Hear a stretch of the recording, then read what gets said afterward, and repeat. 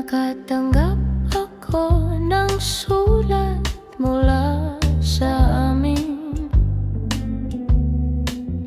Nakalarawan doon ng marami kong alaala. At bigla akong lumuha dahil ako'y sabik na sa lalawigan kong minumutya.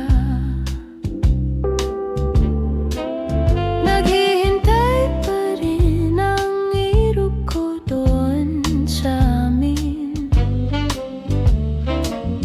Mga magulang na may nag-aalala sa akin.